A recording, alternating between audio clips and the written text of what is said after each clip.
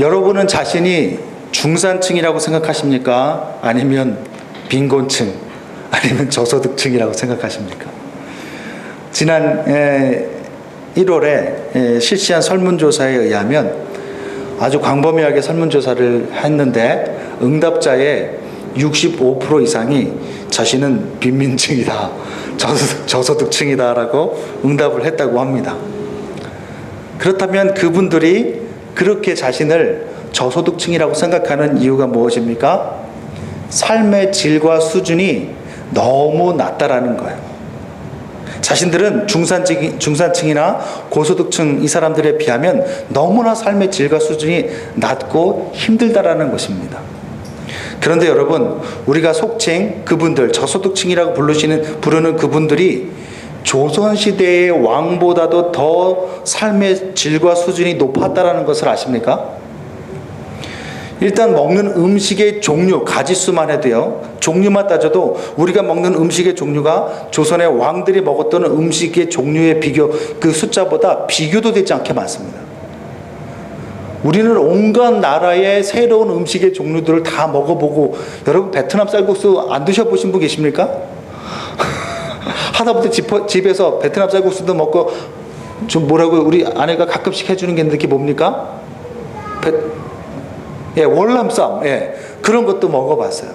심지어 멀리 갈 필요도 없습니다. 여러분 짜장면도 드시잖아요, 그렇죠? 조선시대 왕이 짜장면 먹어봤을까요? 안 먹어봤어요. 오로지 그 궁중에서 그거 외에는 먹어본 역사가 거의 없어요. 여러분 멀리 갈 필요도 없습니다. 김밥 천국을 한번 가보십시오. 음식 종류만 제가 쉬어봤더니 이제 몇 김밥 천국 가봤더니 음식 종류만 100개가 넘습니다. 그거 하루에 한 개씩만 먹어도 먹으면 1년에 3분의 1이 지나갑니다. 그런 음식의 종류의 가짓수뿐만 아니라 왕들이요, 조선시대 왕들이 아무리 풍류를 즐긴다 하더라도 오늘날 우리가 즐기는 이 다양한 어떤 이런 여가 같은 거는 이 비교도 되지가 않습니다. 영화 보죠, 뭐 오토파크 하죠, 한여름에도 겨울에 무슨 스노우파크 이런 데를 다니죠. 이런 거를 조선시대 왕이 누려본 적이 있습니까? 하다못해 이 생활 방식도 그렇습니다. 추우면 춥게 지냈고요, 왕들은요 추우면 춥게 지내고 더우면 덥게 지냈습니다. 우리처럼 에어컨이나 한여름에 이런 에어컨 틀어놓고 시원하게 지내는 줄 아십니까? 더우면 땀 줄줄줄 흘리는 게 양반인 줄 알았어요. 겨울에 우리는 히타와 난방으로 얼마나 따뜻하게 지냅니까? 하다못해 집에서 히타 틀어놓고 난방해놓고 반팔로 지내는 게 우리입니다. 여러분 이동수단은 어떻습니까? 왕들은요 서울에서 경기도만 가려고 해도 몇 번 며칠을 가야 됩니다. 그리고 가마 타고 말 타고 가도요, 아주 가마나 말을 타고 가는데 그 승차감 또한 얼마나 울렁거리겠어요. 예? 하지만 요즘은 우리는 어떻습니까? 아무리 작은 차라 하더라도요, 서울에서 아무리 먼 경기도까지 3시간 아니면 가고요, 승차감도 훨씬 더 좋습니다. 그리고 자가용이 없는 분은 더 큰 차를 탈 수가 있어요. 더 큰 차 타고 가면은 물론 좀 약간 찡겨서 간다는 그런 아픔은 있지만은 그래도 승차감이 훨씬 더 좋아요. 통신수단은 또 어떻습니까? 한양에서 저기 멀리 지방에까지 보낸다고 하더라도 이거 하다못해 비둘기나 이런 걸로 보내도요 한참을 걸립니다. 우리는 아무리 옆집 사는 산골에 있는 할머니도 핸드폰을 다 가지고 계세요. 또 조선시대 때 의료기술은 또 어떻습니까?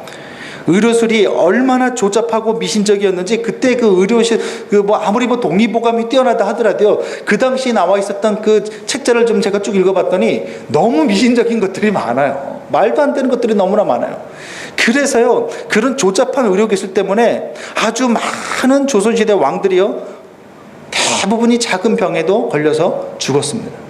오죽하면 조선시대 왕들의 평균 수명이 몇 세 정도 되는 줄 아십니까? 47세예요. 47세. 저는 이제 조금 있으면 죽을 나이예요, 그러면. 그런데 요즘 산 우리는 최고의 의료 혜택을 받고 있습니다. 지금 우리나라 평균 수명이 어느 정도 되는 줄 아십니까? 남자는 평균 수명이 79세요, 여자는 평균 수명이 84세입니다. 거의 조선시대 왕보다 2배 가까이를 살고 있어요. 사실은요, 멀리 조선시대도 비교할 바가 아닙니다. 불과 우리나라 몇십 년 전까지만 해도 우리의 생활 수준은 너무나도 낮았어요.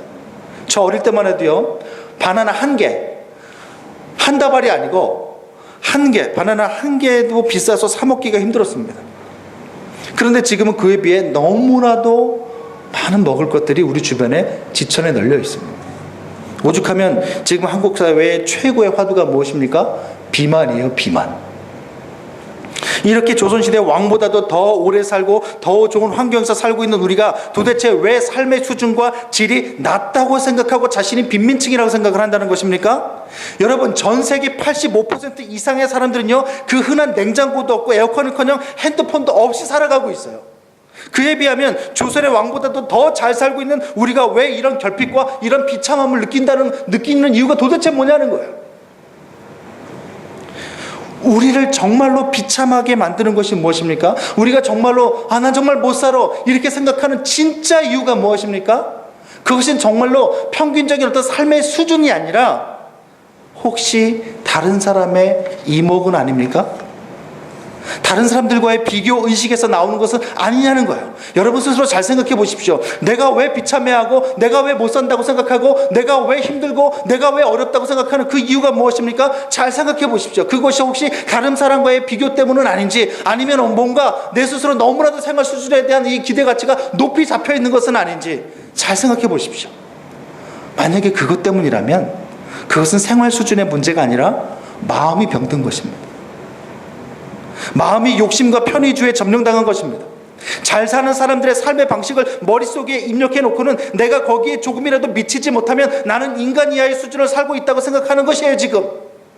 나아가 이런 편리한 생활 방식에 너무나도 익숙해져서 그것을 너무나도 당연시 여기니까 거기서 조금만 미쳐도 우리는 힘들고 못 살겠다고 병든 그런 마음이 우리 마음이 그렇게 병이 들어있는 것입니다. 그런 병든 마음으로 또 비교 의식에서 생기는 상대적 어떤 이런 결핍에서 구하는 기도는요, 그것이 아무리 본인에게는 절박하게 느껴진다 하더라도 응답되지 않습니다. 왜냐하면 그것은 환경이 바뀌어야 될 문제가 아니라 그 사람의 생각과 마음가짐과 신앙이 바뀌어야 될 문제이기 때문에 그래요. 너무나 많은 풍요를 누리면서도, 너무나 많은 것들을 가지고 있으면서도 다른 사람에 비유해서 너무나도 나는 이거 비교해가지고 나는 그것을 가지지 못하였으므로 불행하다고 느낀다. 이것은 마음이 병든 거예요. 영혼이 병든 거고 신앙이 변질된 것입니다. 여러분, 그 꾸베시의 행복여행이라고 혹시 읽어보셨습니까? 베스트셀러 1위, 요즘 계속 1위, 2위에 오른 기염을 토하고 있는 이 책을 여러분이 아직도 안 읽어보셨습니까? 여러분, 우리 지금 말씀과 기도, 그런 모든 나쁜 책은 제가 다 읽고 여러분께 그 책에 보면 왜 사람들이 행복하지 못한가, 왜 나는 행복하지 못한가라는 질문에서 이 의사가 여행을 다니기 시작하는데, 그때 여행을 이곳저곳 다니다 보니까 비행기를 타고 다니지 않습니까? 이곳저곳 이 나라 저 나라 다녀보는 거예요. 도대체 사람들은 언제 행복하다고 느끼고 언제 불행하다고 느끼는가? 그러다가 자기가 예약해 놓은 비행기가 이코노미석으로 이 비행기를 예약을 해놨는데, 그 비행기가 갑자기 어떤 사정에 의해서 뒤로 미뤄지게 되면서 이 사람이 자기는 이코노미로 신청을 했어요. 제일 낮은 좌석으로. 제가 얘기했나요? 안 했죠? 제가 워낙 많은 책을 읽다 보니까 이게 잘 했는지 안 했는지조차 왠지 다 안다고 아는 듯한 얼굴로 좀 쳐다보고 계셔가지고 안 했죠? 네. 그런데 그게 비즈니스석으로 업그레이드가 된 거예요. 그 항공사 측에서 미안하다는 마음으로 비즈니스석으로 업그레이드, 1등석으로 바꿔준 겁니다. 그러니까 이 사람이 처음으로 이제 그 이코노미에서 비즈니스석으로 들어가니까 너무 넓고 너무 좁아. 그래서 두 다리 쭉 펴고 누워가지고 막 그냥 무료로 제공되는 음료수도 마시면 너무 행복해하고 있는데, 옆에 자리에 앉은 사람은 막 투덜투덜거리고 막 욕을 하고 막 그냥 무슨 막 굉장히 불평덩어리인 거예요. 그래서 왜 그러냐고 물어봤더니 자기는 원래 1등석이 아니라 특등석을 예약했던 사람인데 그것이 어떤 착오로 의해서 되질 않아서 1등석으로 내려앉았다라는 거예요.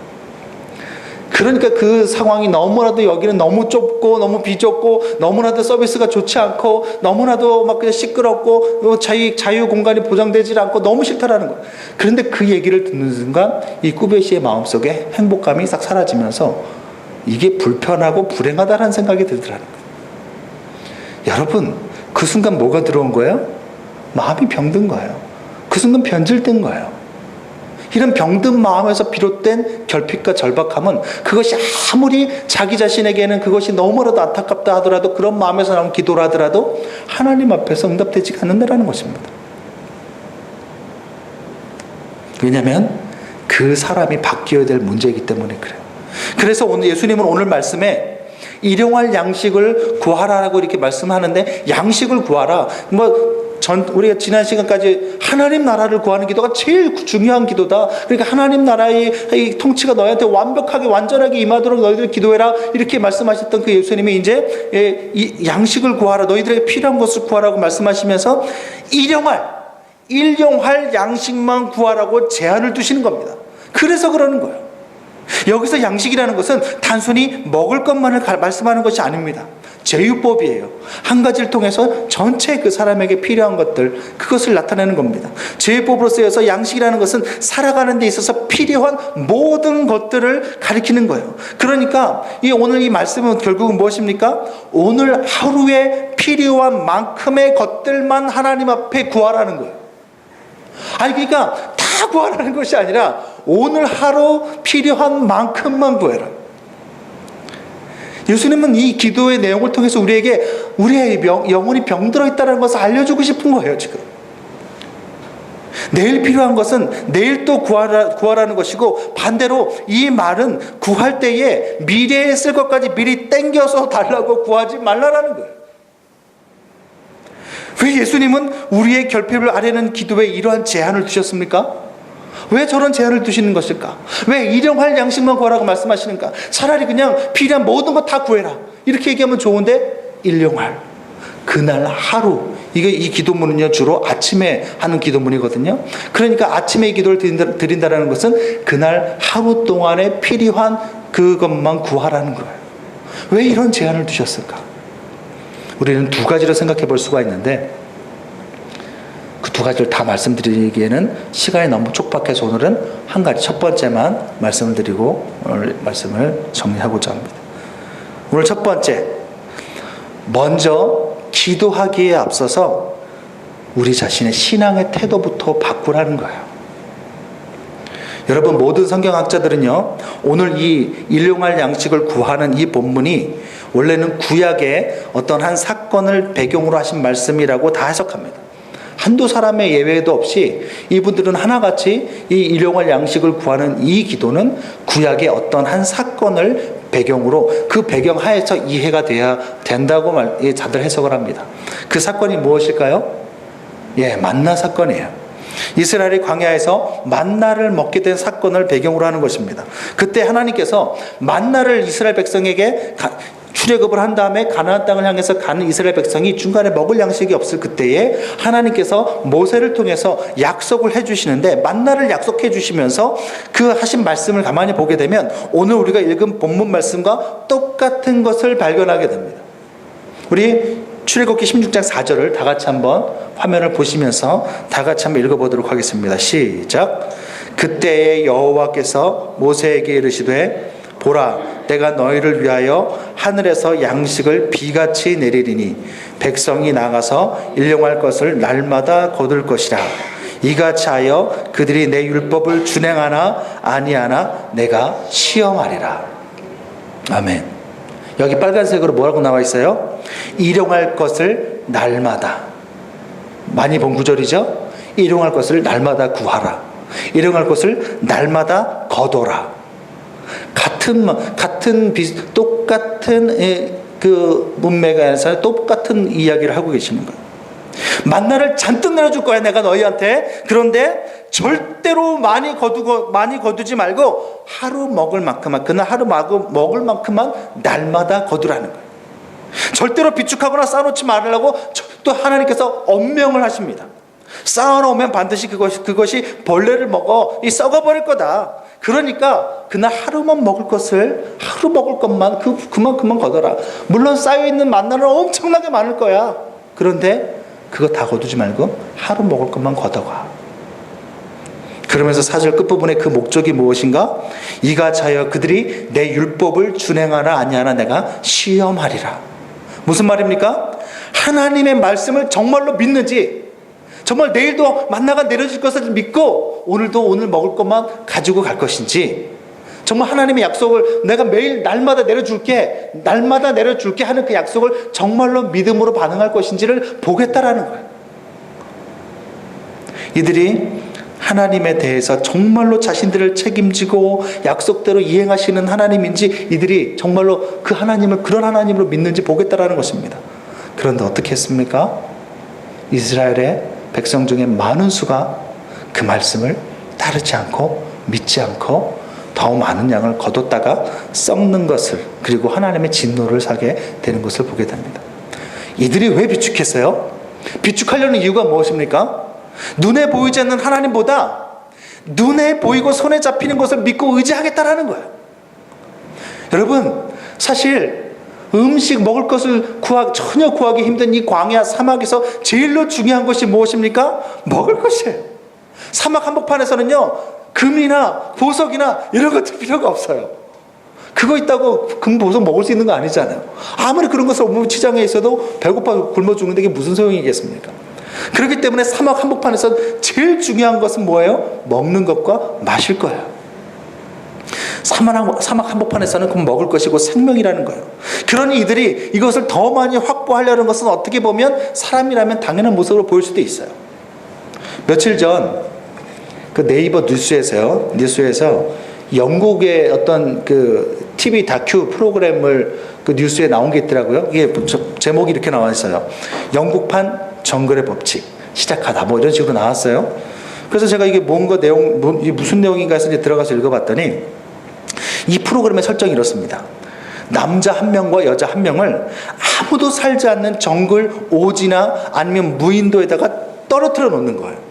그래서 둘이서 같이 이제 떨어뜨려 놓는데, 그런데 그때 출연자가 가지고 갈 수 있는 딱 한 가지는 그 사람이 지정한 한 가지 기구, 그것이 삽이든 아니면 성냥이든 딱 한 가지만 가져갈 수 있고, 셀프 카메라만 가지고 들어가게 만들어서 정말 그거 외에는 아무것도 지급하지 않는 거예요.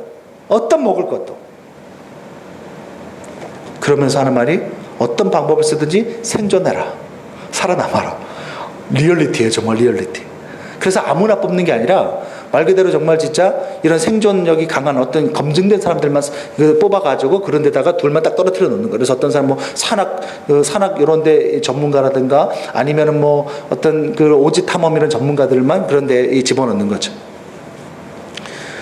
마침 그 기사 밑에요, 그 프로그램의 하이라이트 동영상이 떴길래 제가 한번 봤습니다. 보면서 도대체 이 사람들이 어떻게 반응할까? 어떻게 해도 제일 큰 문제가 뭘까요? 먹을 거예요, 먹을 거. 그리고 이게 구하기가 힘드니까 하루 이틀 3일 굶는 건 다반사로 굶는 거예요. 먹을 거 도대체 구할 수가 없는 거예요. 또 잘못 먹었다가 잘못된 어떤 과일 같은 거 먹었다가 막 그냥 쭉쭉 빼고 설사하고 난리가 나는 거예요. 그러니까 결국은 무슨 싸움이냐? 배고픔과의 싸움이에요. 21일 동안. 나중에는 먹을 것을 구하지 못하니까 온갖 벌레며 뱀을 잡아먹고, 그리고 심지어는 목숨을 걸고 악어 엄마가 저기 있는데 악어 새끼를 잡아다가 그러니까 왜 너무 배가 고프니까 악어고 뭐고 그냥 악어 새끼를 잡아다가 이거를 구워 먹더라고요. 제가 그걸 보면서 깨달았어요. 정말 오지나 사막에서는 황금이나 보석이 필요한 것이 아니고 최고의 관심이자 최고의 권력은 먹을 거구나, 먹을 거야. 그런 이 사람들이 먹을 걸 발견했을 때 그거를 얼마나 귀하게 여기고 이것을 내일을 위해서 얼마나 비축하려고 애를 쓰겠냐는 거예요.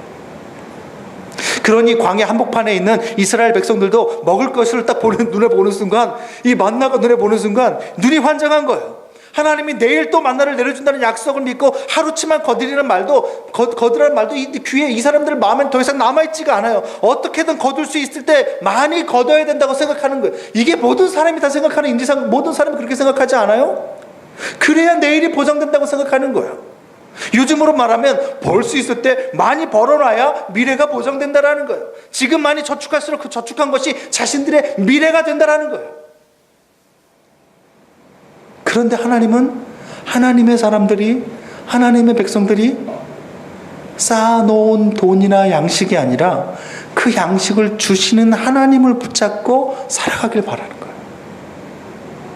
양식을 비축하게 되면요, 사람이라는 것이요, 먹을 것이 있는 동안에는 하늘을 쳐다보지 않아요. 하나님을 바라보지 않습니다. 하나님을 찾지를 않아요. 그리고 그 양식을 내려주시는 것이 나중에는 하나님이라는 것조차 잊어버리고, 양식을 주시는 것은 하나님인데 나중에는 그 양식 때문에 사는 것처럼 생각을 하고 그 양식에 목숨을 겁니다. 나중에는 그 양식이 우상이 되는 거예요. 돈도 그렇지 않습니까? 물질도 그렇지 않습니까? 이 물질의 주인이 누구세요? 하나님이세요. 하나님이시고 하나님께서 우리에게 허락하시고 하나님께서 우리에게 주셔서 우리가 사는 건데, 우리는 어느 순간 그 돈을 가지고 세상살이에 편안한 것들을 누리다 보니까 이 돈이 결국은 행복을 준다고 착각을 하고 이 돈을 주시는 하나님을 바라보지 못하고 그 돈이 우상이 되더라는 거예요.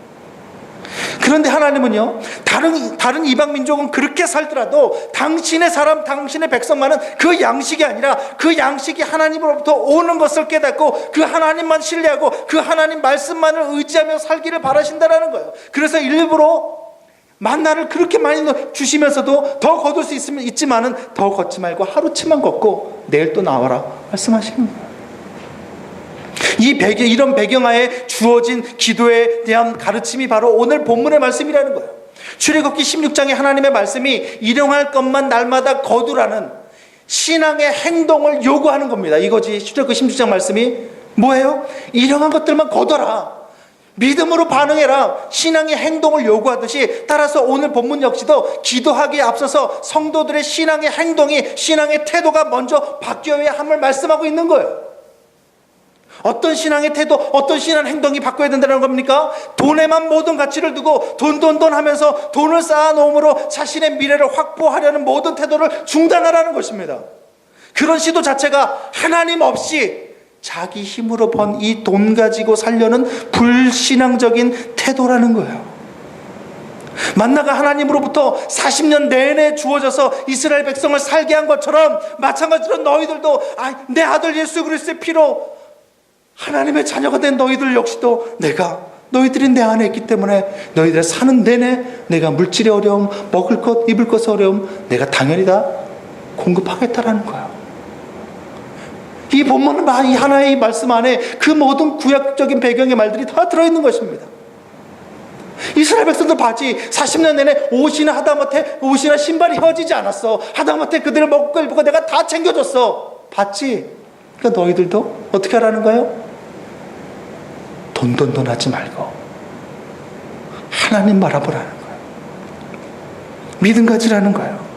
하나님의 자녀는 하나님 안에 있으니까 하나님이 책임져 주니까 믿음을 좀 가지라는 거예요. 그러니 그 하나님의 살아계심과 사랑을 신뢰하고 오늘 하루 아니면 이달 한 달 동안 먹을 것 있고 사용할 것이 있으면 감사하고 족하게 여기라는 것입니다. 내일은, 다음 달은 또 하나님께서 살게 하실 것이고 또 주실 것이기 때문이라는 거예요. 이렇게 물질에 매이지 않고 물질에 자유하고 그 물질을 주시는 하나님께 매이고 하나님을 신뢰하게 될 때야 비로소 마르지 않게 공급하시는 하나님의 풍성함을 경험하게 된다라는 거예요. 여러분, 돼지류는요, 고개를 15도 이상을 위로 들어 올리지를 못합니다. 돼지 한번 보세요. 고개를 15도 이상 위로 돌리나? 못 올려요. 그래서 슬프게도 이 돼지류는요, 하늘을 볼 수가 없어요. 이 돼지가 하늘을 볼 수 있는 유일한 방법은 무엇일까요? 벌러덩 뒤집어져서 누워야지만 하늘을 볼 수가 있어요. 돼지는 고개를 올려서 못 봐요. 자기가 뒤집어져야 돼요. 하루는요, 몹시도 배고픈 멧돼지가 숲속에서 막 하면서 먹을 거를 찾다가 너무나도 멧돼지가 좋아하는, 흑돼지가 좋아하는 도토리 몇 개를 발견했어요. 막 그냥 꿀꿀거리면서 막 정신없이 맛있게 먹었어요. 근데 먹는 순간 또 옆에서 또 옆에 뭐가 떨어지냐면 하늘에서 도토리 몇 개가 또 떨어지는 거예요. 톡톡 떨어지는 거예요. 당연히 또 미친 듯이 그걸 하면서 막 그냥 와 이렇게 맛있어 하면서 이렇게 먹었죠. 그런데 이 멧돼지가 어떤 착각을 했느냐면 이 도토리가 땅에서부터 위로 뿅 올라왔나 보다 생각하고는 그때부터 땅을 파기 시작하는 거예요. 막 꿀꿀거리면서 온 땅을 다 파헤치는 거예요. 그래서 뭐 도토리가 분명히 여기서 나왔는데 하면서 막 땅만 막 파는 거예요. 그 팔다 보니까 어떻게 돼요? 사람이든 짐승이든 액션을 많이 취하게 되면 또 금방 또 허기가 지잖아요. 나중엔 허기가 져가지고 이러면서 지쳐가지고 결국은 다시 또 배가 고파져서 다른 곳으로 또 땅 속을 또 파러 떠나버렸다는 아주 슬픈 이야기가 있습니다.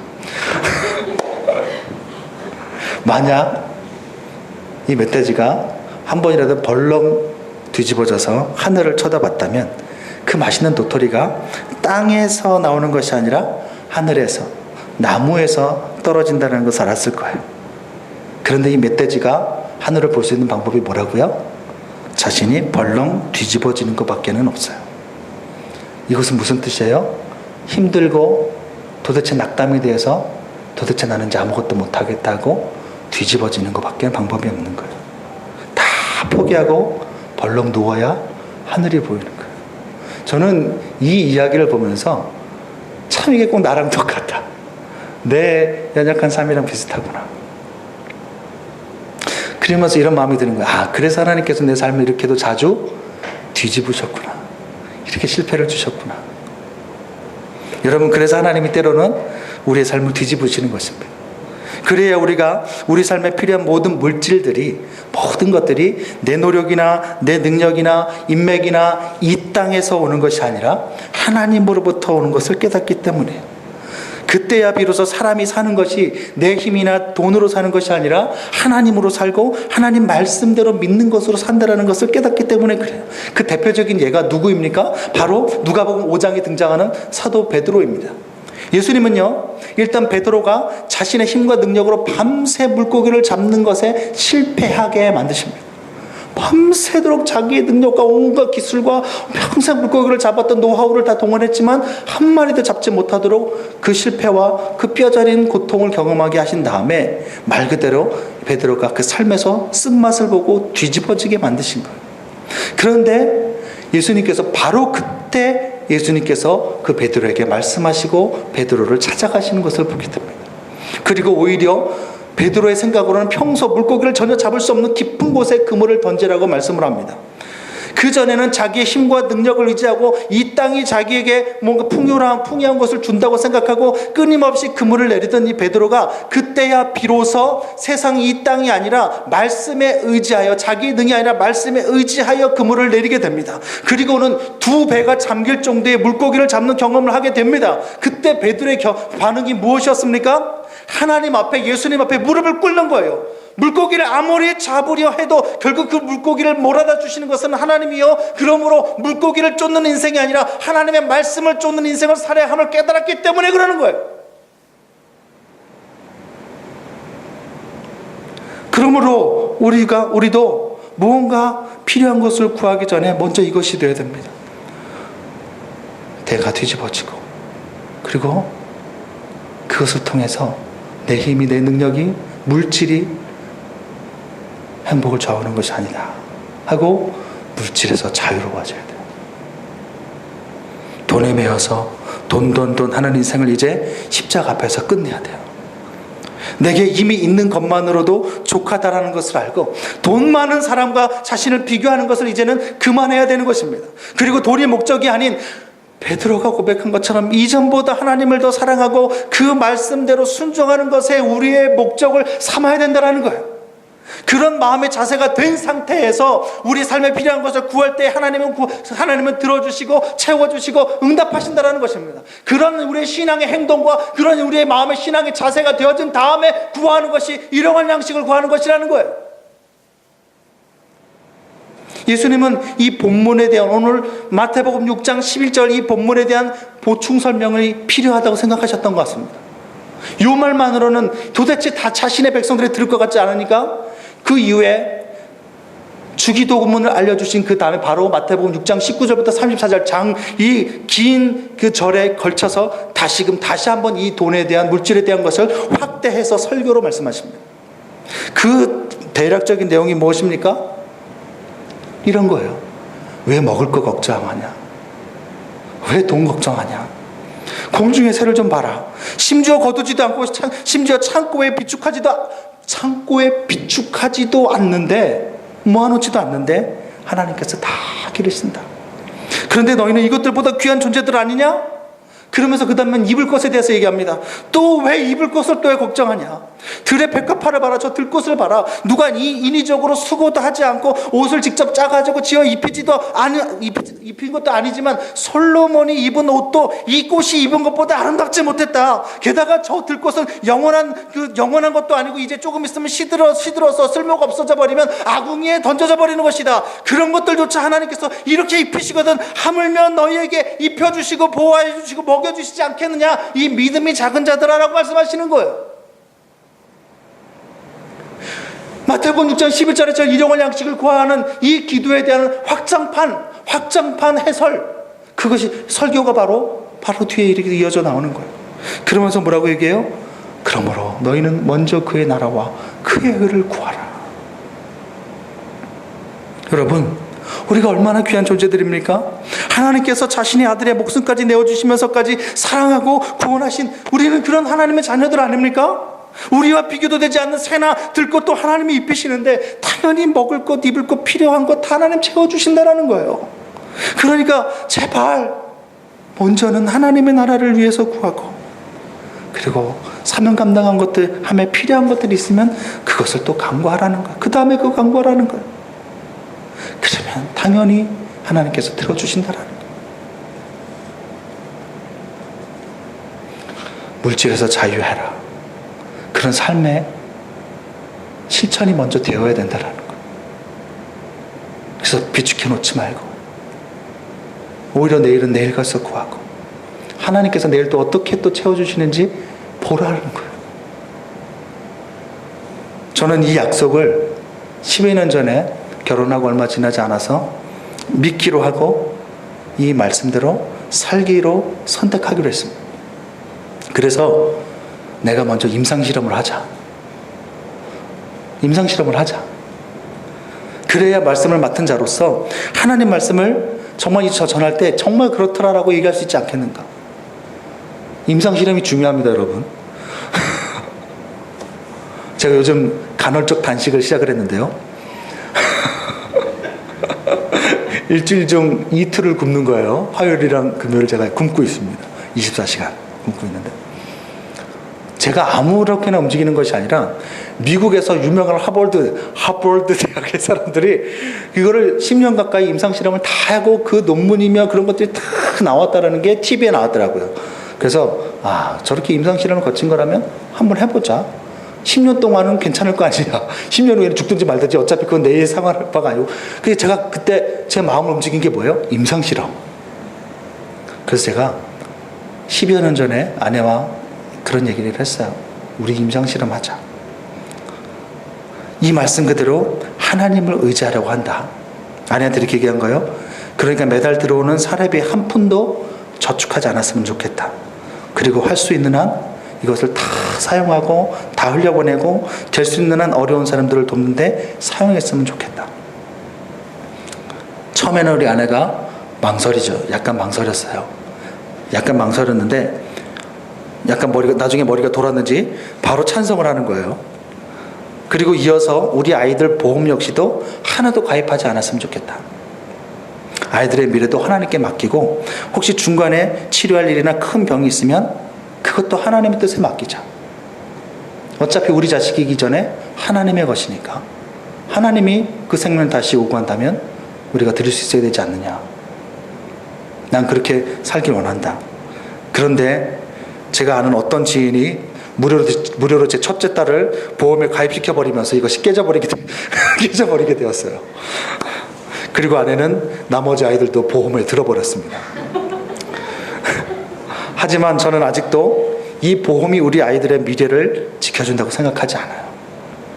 언제든 해약할 마음, 해약할 시기를 호시탐탐 지금 노리고 있답니다, 지금. 아무튼 그래서 전액을 매달 들어오는 대로 다 흘려보냈습니다.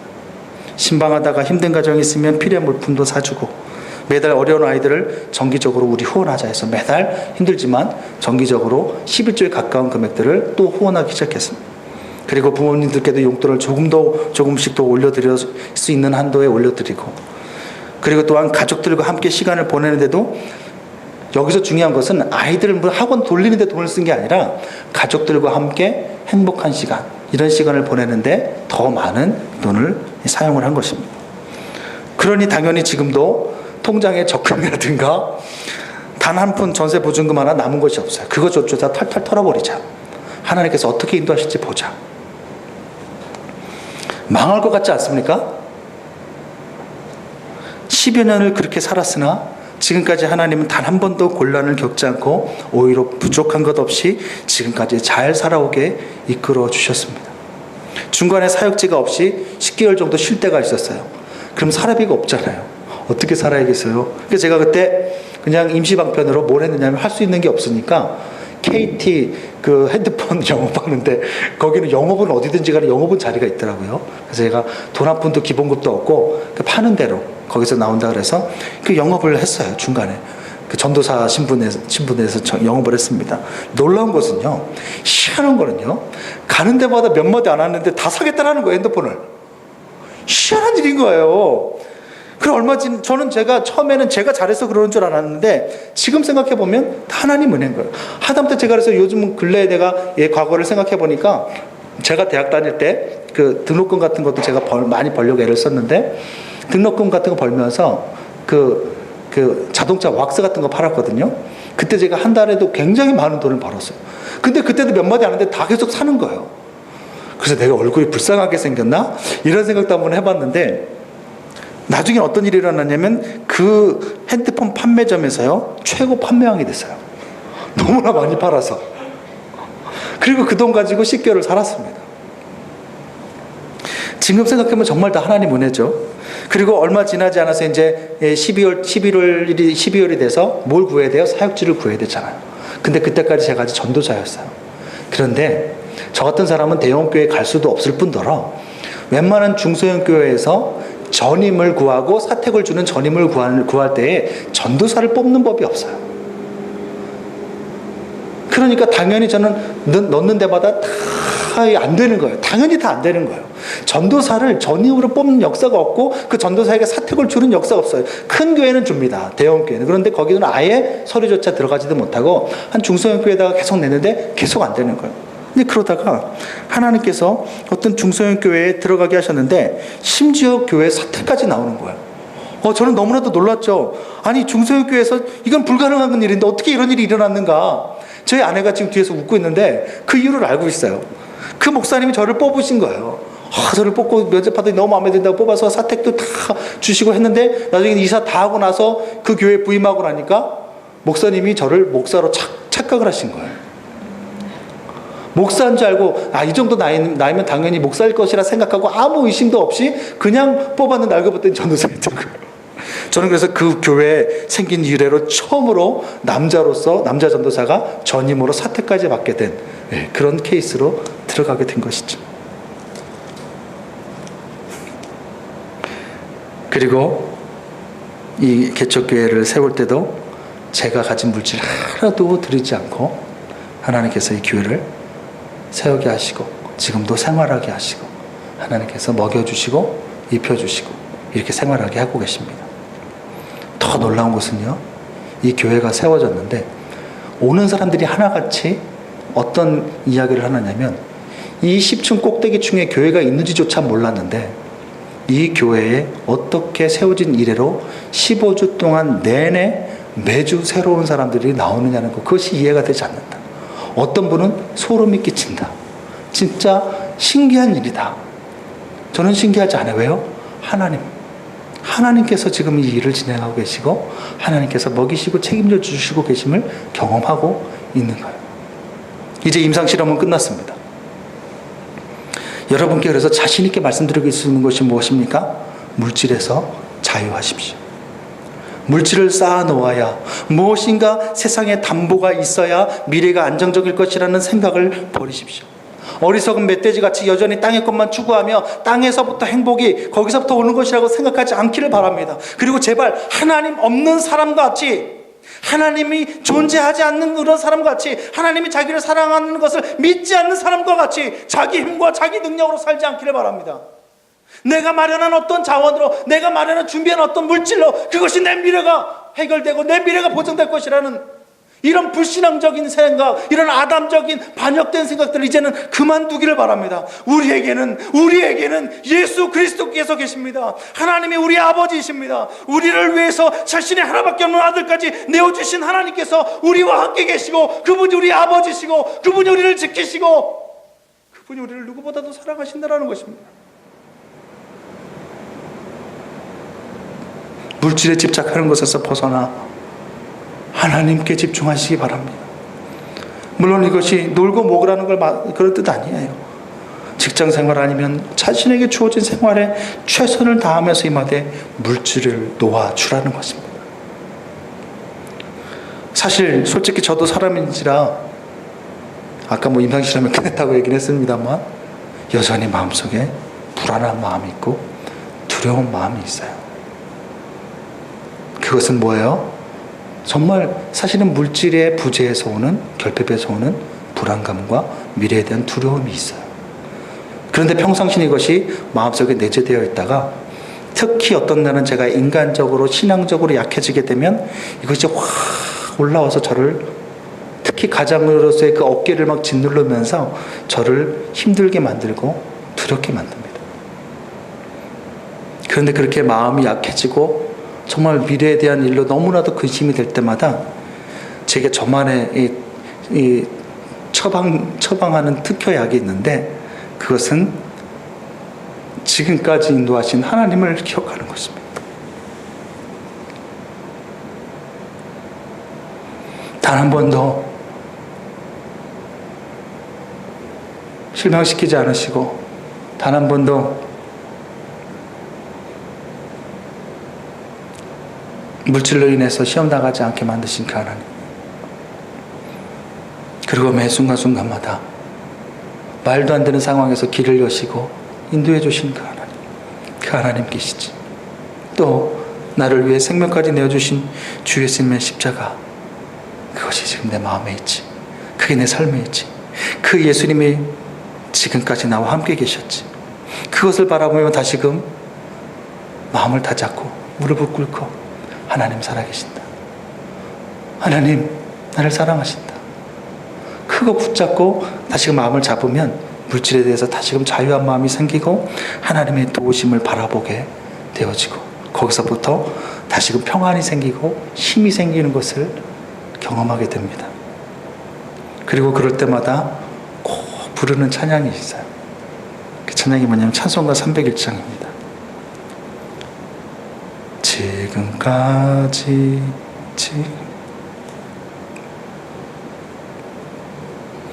주의 크신 은혜라 아니 없는 주의 사랑 어찌 이루 말하랴.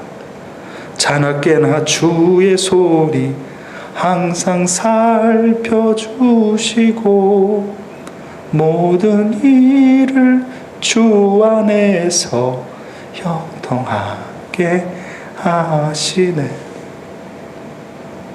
이 찬양을 부르면서 다시금 약해지지 않고, 내가 물질의 노예가 되지 않고, 물질을 좇지 않고 하나님의 말씀을 좇으리라. 지금까지 인도해 오신 하나님, 그 하나님 바라보며 오늘도 하루하루 내가 살아낼 것이다, 그런 마음을 가지게 됩니다. 이 자리에 있는 모든 분들, 일용할 것들을 구하기 전에 하나님 앞에 먼저 우리 신앙의 태도, 삶의 태도가 먼저 바뀌어질 수 있기를 바라요. 물질에서 자유하십시오. 물질을 놓아주십시오. 집착을 내려놓으십시오. 그리고 물질을 주신 하나님을 보십시오. 하나님께서 뒤집어 놓기 전에 하늘을 바라보는 돼지가 제일 지혜로운 돼지예요. 그런 은혜가 우리 가운데 있기를 진심으로 바랍니다.